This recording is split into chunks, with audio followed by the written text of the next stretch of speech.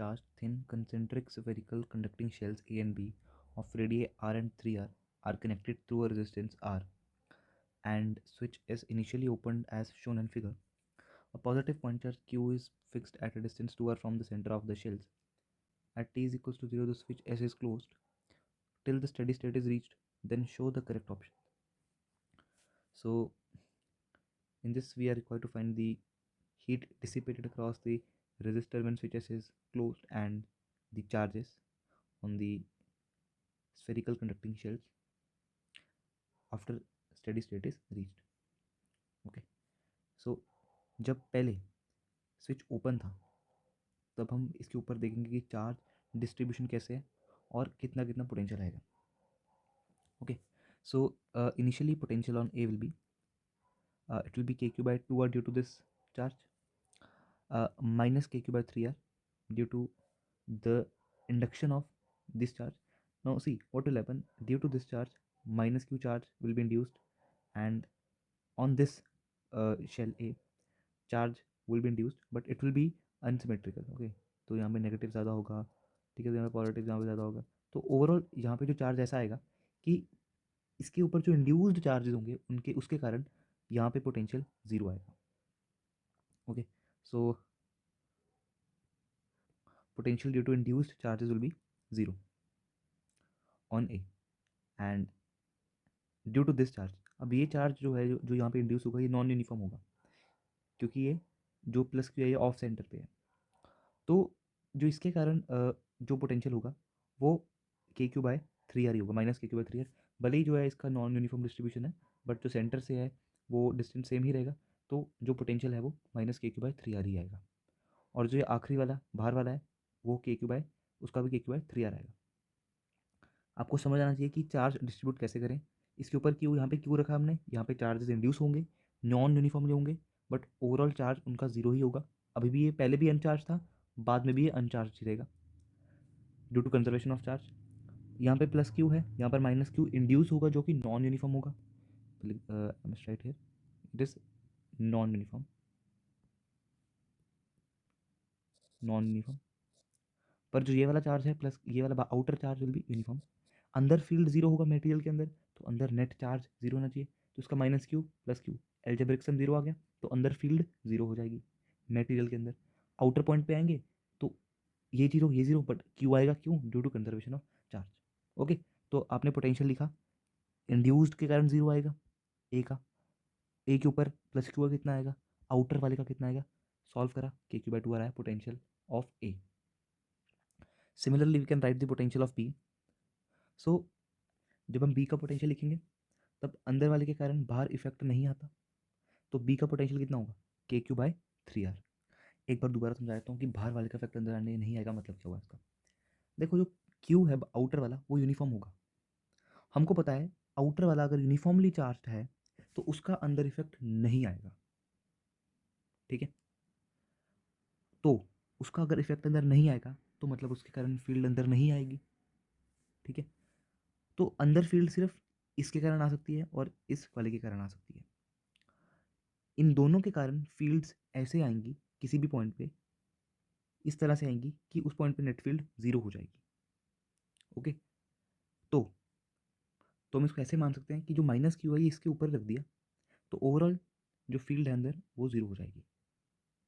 Okay, तो इनका effect बाहर भी नहीं आएगा.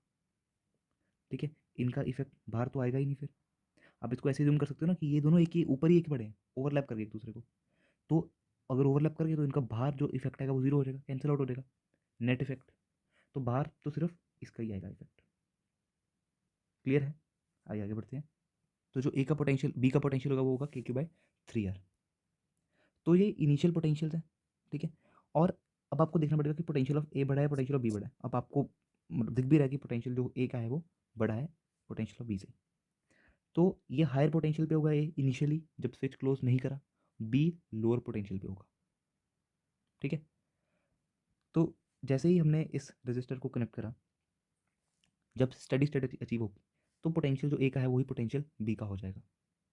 ठीक है, तो लेट्स सपोज यहाँ से कुछ क्यू चार्ज जो है वो लीव कर गया, जो ए वाला है ए वाले से कुछ चार्ज लीव कर गया. अब करेगा भी क्योंकि जो करंट है वो हमेशा हाई पोटेंशियल से लो पोटेंशियल ही जाएगा। अब यहाँ से भैया क्यू चार्ज जाएगा, यहाँ से क्यू चार्ज को लीव करना पड़ेगा और वो बाहर वाले पे जाएगा। तो यहाँ पर जो चार्ज बचेगा स्टडी स्टेट में वो माइनस बचेगा। देखो अब यहाँ पर मैं चार्जेस के साइन पहले ही कंसिडर कर रहा हूँ, ठीक है। कॉमन सेंस से ही पता चल रहा है कि यहाँ से चार्ज लीव करेगा तो यहाँ पे नेगेटिव चार्ज इंड्यूस, मतलब नेगेटिव चार्ज आ जाएगा। आप इसको पॉजिटिव भी मान सकते हो, पॉजिटिव मानकर भी सॉल्व कर सकते हो, इसको एज अ क्यू ही मान लो, एट देन आंसर आपका नेगेटिव आ जाएगा, ठीक है। तो अभी तुम्हारा मेन मकसद है अभी क्यू को निकालना, स्टेडी स्टेट चार्ज को निकालना। आप किसी भी मेथड से निकालो, चाहे आप साइन कंसिडर करो या ना करो, आपका आंसर सेम ही आएगा, ठीक है। तो ए और बी का पोटेंशियल सेम होगा स्टेडी स्टेट पे, तो ए का पोटेंशियल क्या होगा? अब ए का पोटेंशियल जो होगा वो इंड्यूस चार्ज, जो चार्जेस, जो चार्ज डेवलप होगा स्टेडी स्टेट पे उसके कारण होगा।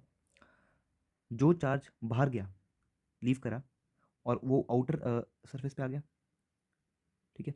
आउटर सरफेस मतलब जो आउटर शेल है उसके इनर सरफेस पे आ गया, ठीक है। मतलब आउटर जो शेल है उसके इनर सरफेस पे वो चार्ज आ गया।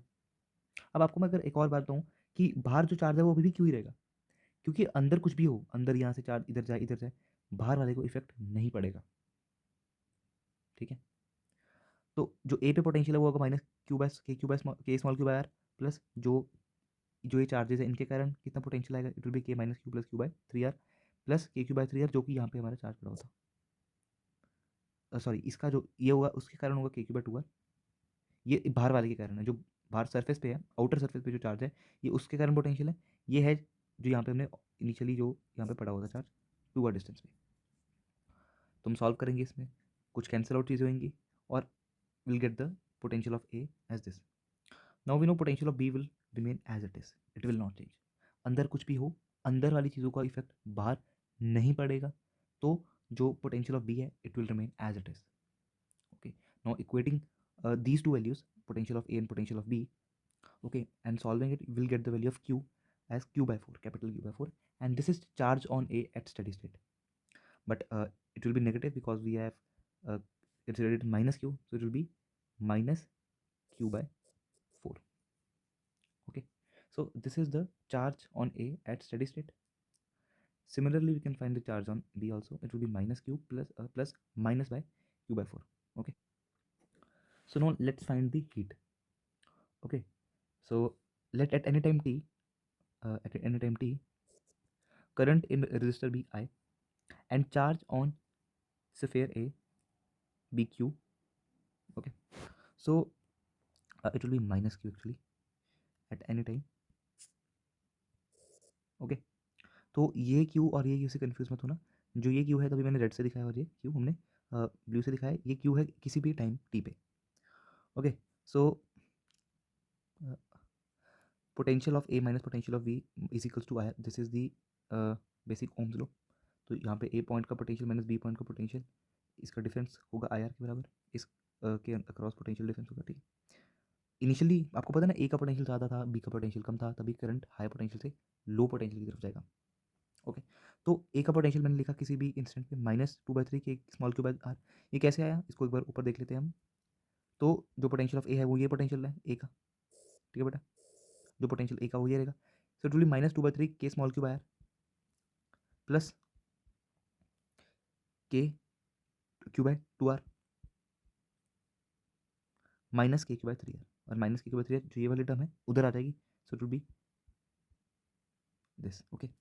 And is equals to IR, ये R है रेजिस्टेंस। तो हमने इसको सॉल्व करा आगे, so -2/3 k small Q by are plus 1/6 k capital Q by r is equals to d Q by D t. Current क्या होगा d Q by D t, देखो इस d Q by D t को यहाँ से जो current निकल रहा है उसको हम D Q by D T कहेंगे, या हम ये कह लें कि D Q by D T rate of accumulation of charge on this sphere A, या ये कह सकते हैं, ओके। तो हमने यहाँ से जो 1/r6 के बाय आर इसको कॉमन लिया और इसको हमने अल्फा कह दिया, कॉन्स्टेंट एक। So this is our variable -4 small q plus q is equals to dq by dt. Now we can solve this simple integration, I think so बहुत easy integration है। तो यहाँ पे dt अल्फा गया और यहाँ पे dq by small -4 small q by plus q, we can solve this integration by substitution method, okay. So I've assumed -4 small q plus q is equals to a, and on differentiating you'll get dq is equals to minus dA by 4, and then by solving this integration we'll get this equation, and then on rearranging the terms we'll get the q as this. Okay, so this is the value of charge on shell A at any time t. It will be q by 4 1 minus e raised to minus 4 alpha t, and हम यहाँ से पता भी कर सकते हैं कि जो ये इक्वेशन सही भी है, तो इसको हम कैसे पता करेंगे? तो हम लेट अज्यूम कि t इक्वल 0 पे चार्ज कितना था, q पे 0 था, नेट चार्ज तो 0 था ना, डेफिनेटली इंड्यूस हुए थे चार्जेस बट वो इक्वलेंट ऑपोजिट हुए थे, तो t इज इक्वल टू 0 पे तो ये टर्म 1 हो जाएगी, तो q is equal to small q is equal to 0 आ जाएगा। अब t इन्फाइनाइट हो जाएगा, यानी कि जब स्टेडी स्टेट अचीव हो जाएगी तब ये वाली टर्म क्या हो जाएगी, बहुत छोटी हो जाएगी, तो हम इसको निगलेक्ट कर सकते हैं, tending to 0, so it will be capital q by 4, और ये आया भी था हमारा आंसर, स्मॉल q की वैल्यू कितनी आई थी, कैपिटल q बाय 4। ओके, पर हमको तो हीट निकालना है जो डिसिपेट हुई है रेजिस्टर के cross, so this is charge and d Q by D t will be equals to current, ठीक है, अल्फा क्यू ई रेज पर minus 4 alpha t, and heat dissipated will be I square R dt. Okay, and on substituting the value of I in this equation, then we can solve this simple integral, and the answer of heat dissipated across the resistor will be this. So our correct options will be total heat dissipated in the resistor R is yes, and charge on the outer sphere of shell A after steady state is reached minus q by 4, and this is the correct option. Charge on outer surface of shell B, charge on outer surface of shell B after steady state is reached is plus q, and this is also right. So thank you for watching this video.